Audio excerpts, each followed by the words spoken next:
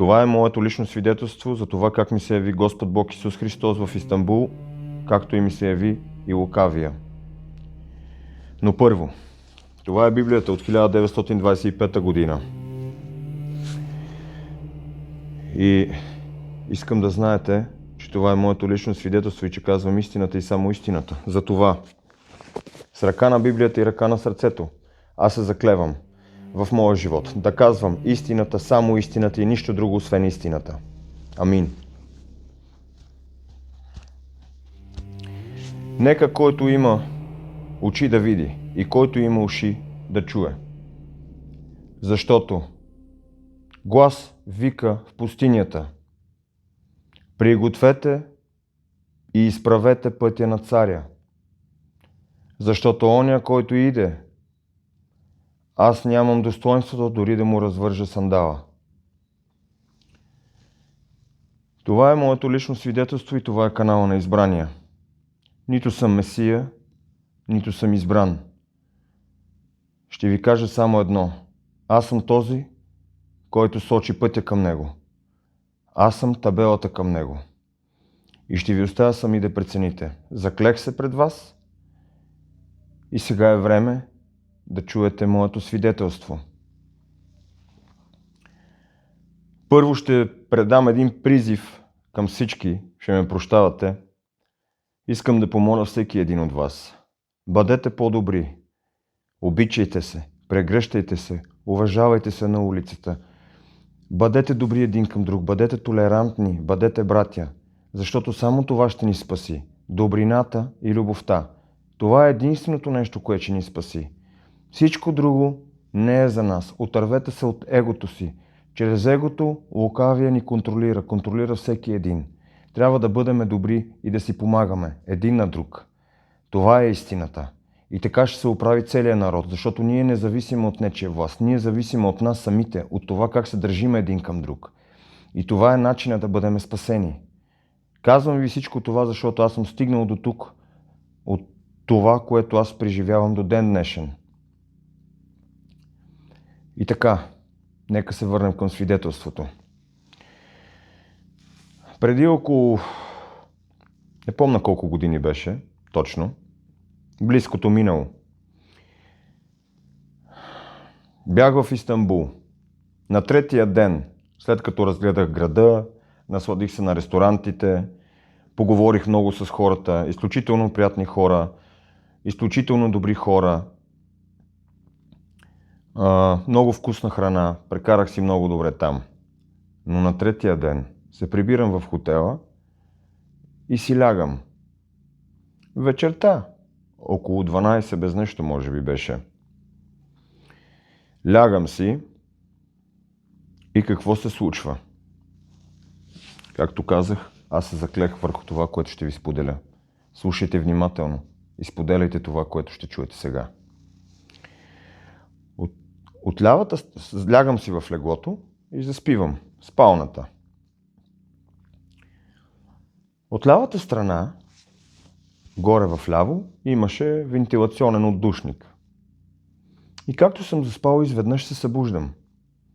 И виждам как от лявата страна, горе от отдушника, слизат няколко на брой малки, рогати, тъмнокафяви с коремчета и 3 зъбци, високи до коляното на един човек. И едно по едно започнаха да слизат. Едно по едно и се наредиха от лявата страна на спалнята ми. При което аз се отдръпнах надясно, леко и изведнъж виждам. От лявата страна се изправя мъжко, голо тяло, което левитира с копита, с огромна глава на козел, много голяма глава на козел, сива козина и с много големи очи, които не мигат, с огромни рога и ме гледаше ето по този начин. И се приближаваше към мен левитирайки, с ококорени очи. Очите са най-айсберговите ледени очи, които можете да си представите. Най-ледените. И най-интересното е, че аз в този момент веднага се смразих от страх. Целия се смразих. И се дръпнах надясно, но не толкова от вида му, колкото от енергията или не знам как да го обясня, от самото влияние. Буквално бях смразен от страх и се свих. И той левитираше към мене през това време и се приближаваше с ония поглед с ококорените очи. Ето така. И абсолютно веднага в следващия момент от дясната страна се изправя мъж с бели ленени дрехи, шити с канап, брада малко по-наболо от моята, с тъмен загар, нос присвит, лице най-красивото и най-милото и най-любящото, най-топлото лице, което можете да си представите. Повярвайте ми, фантазията ви е бедна. Най-топлото лице, което можете да си представите. Косата му беше тъмна с леко червен оттенък, леко над ушите.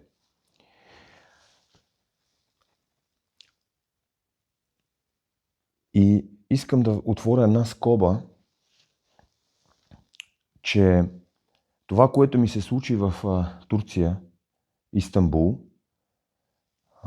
не е с цел, това, което ви споделям, не е с цел разделение или нещо подобно на религии. Вие сами знаете, че за всички Господ е един, както и за тях, така и за нас. Там просто го наричат по друг начин. И в много вярвания, няма да ги споделям кои, има спор дали е Господ с сини очи или е с кафяви очи.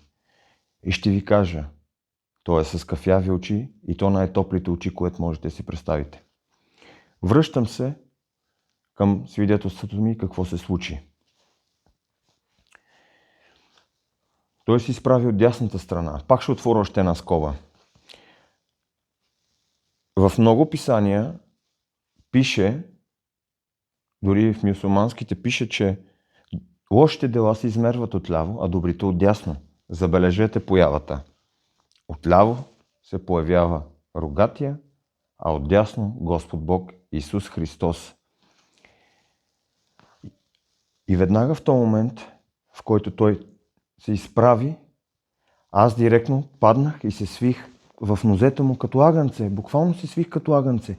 И това, което изпитах, беше неприкосновеност. Това е моят родител. Никога не съм изпитвал нещо подобно. Усещах, това е моят родител повече, отколкото майка ми и баща ми са родители. Бях в нозете му. Чувствах се спокоен, чувствах се недосегаем, неприкосновен. Никой не може да докосне, никой не може да те пипне покрай него. Никой, абсолютно никой.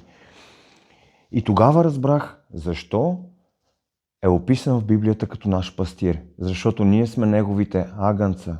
Ние сме неговите агънца. И в следващия момент той вдигна ръка, Господ, точно по този начин, докато он я левитираше и се приближаваше към мене, вдигна ръка и го тласна от разстояние право към стената и го залепи на стената. И он я продължаваше ето така да гледа. Но аз вече не изпитвах страх. Аз бях в нозете му, плътно. И го попитах. Слушайте внимателно сега. И го попитах. Това Луцифер ли е? И той ми отговори така.